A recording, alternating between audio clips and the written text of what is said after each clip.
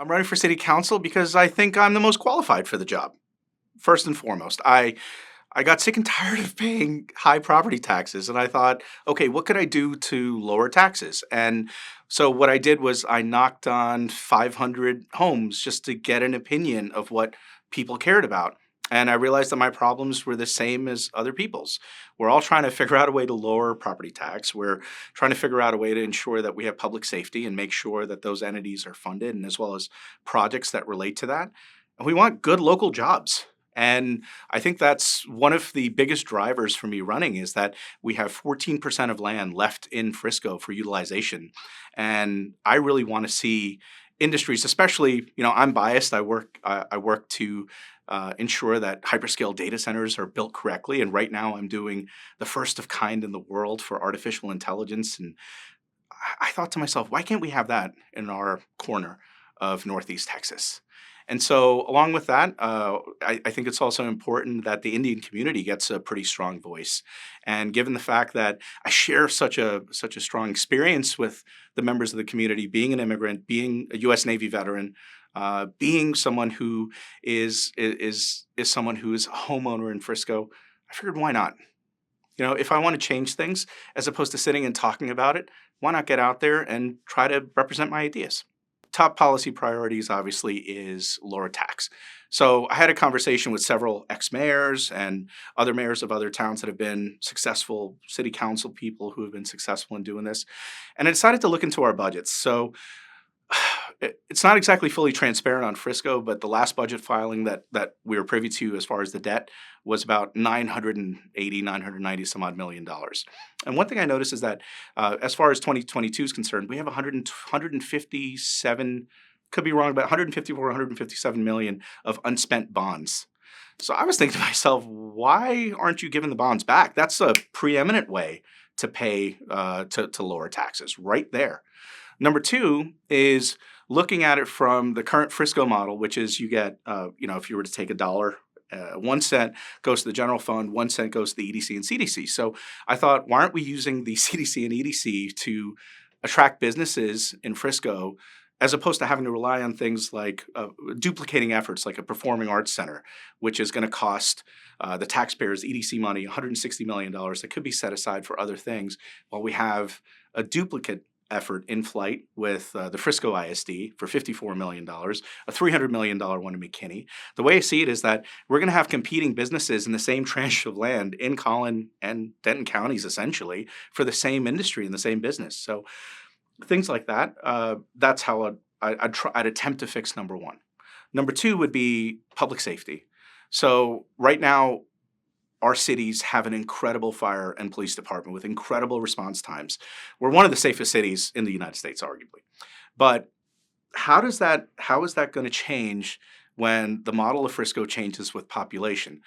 What do I mean by that? So Universal Studios, some estimates have claimed that it's going to bring upwards of 15,000 or more people per week during high season. Right? That policing shortage or that staffing shortage for the fire department could cause a serious strain on our budgets, on our city's staffing for emergency needs. So to accurately think about that budget from a proactive approach as opposed to a reactive approach is really important. Number two, we don't have tornado and hail shelters. Like, we live in Tornado Alley. And I remember I was driving down, I was talking to this mom. She was like, I was so worried because my son was in the park. And I've seen this firsthand, like, you're laughing and playing in the park, and all of a sudden a storm rolls in, you have nowhere to go. And I think that's things like that we should take care of. We had water mains that just exploded. I'm sure you've seen that parking lot, which looks like it's on a set of Frozen next to the church. But we have infrastructure needs that need to be taken care of. Sidewalks, these are the kind of things. And also traffic patterns.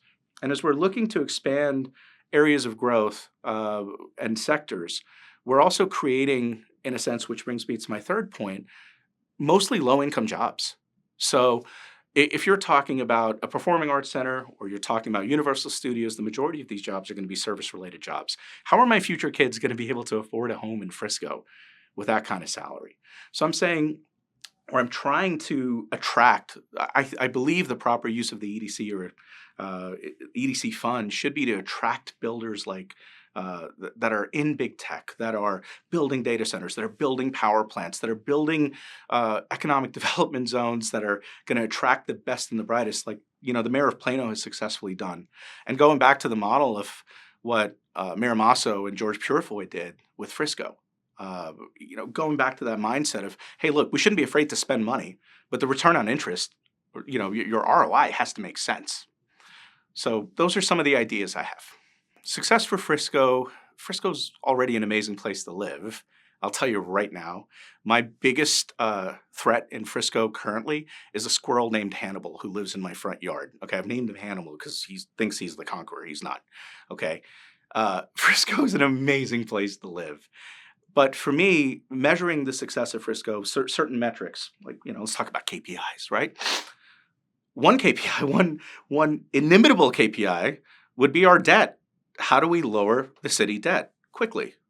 Number two, if I can lower our property tax rate by 1 cent, it is an enormous ask. I know most people laugh when I say that 1 cent, but think about that, to actually lower from the current model, especially with all these no new revenue rates, et cetera, that we hear as the talking point of every politician. I'm talking real, in terms of dollars and cents. 1 cent would require an enormous amount of collaboration and effort, interdepartment collaboration, cutting the fat, and also paying back money that is unspent. So that to me would be another metric. A third metric would be, can we increase the overall household income of Frisco? That is definitely a trackable metric. And number four, how much more revenue are we generating via sales tax because of businesses that are coming in? So I think these are some very simple ways to track. And ultimately, I think while that tracking is being done, it's not as transparent to the layperson or to the citizenry to be able to make a decision.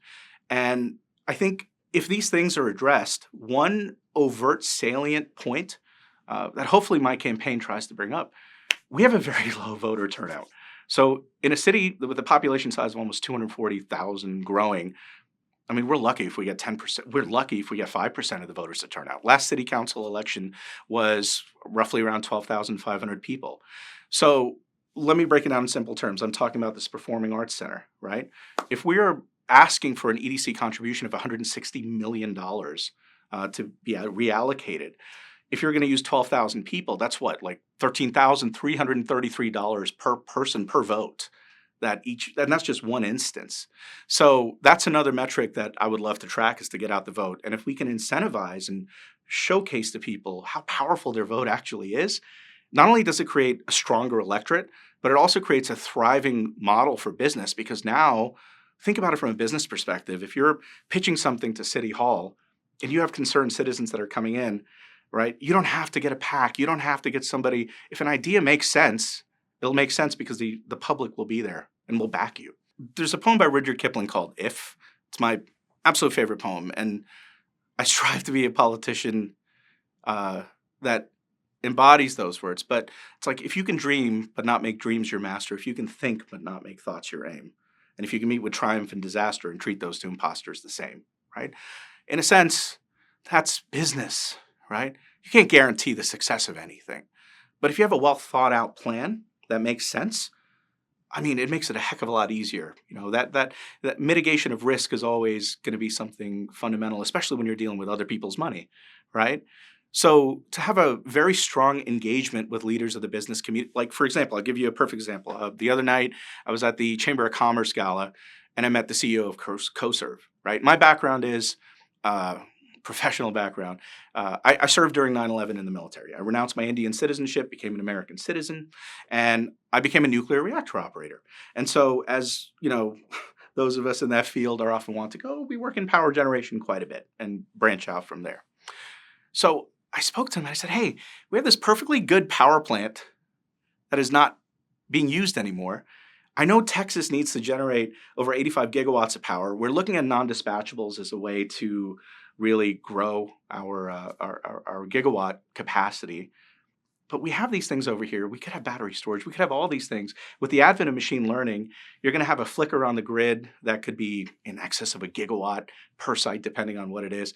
I mean, there's so many opportunities to use already existing architecture, existing infrastructure, existing brownfields, or hey, look, if a developer comes in, or if a company wants to come in and they have ideas on how to retrofit buildings and make them LEED gold or LEED platinum, these are the kind of innovations that not only drive a better city model, but also drive better economic success. And look, frankly, I I don't I we're missing the greatest asset that Frisco has, which is human capital. And right now, most of us who live in Frisco have to drive 45 minutes, an hour, hour and a half sometimes to get to our places of work. Well, if we have the business capital, if we have the human capital, we have the infrastructure, why wouldn't companies want to come in with a friendly city government? Well, I'm most excited about me getting on the city council. Come on. All right. But the World Cup. The World Cup could be coming to, Frisco next year. And how amazing is that, right? But it also highlights something that I'm talking about. With the staffing needs that I expressed, we need to have that. With the traffic congestion patterns, we need to have that. And look, the World Cup is coming precisely, once again, I'll say his name again, because of what Mayor Masso and George Purifoy did, that model. And if we stray too far away from that model of getting innovation, not having the foresight to work backwards, right? For example, like artificial intelligence, I'm excited about that possibly coming to Frisco because like I tell my executives, I don't work for my shareholders, for my company.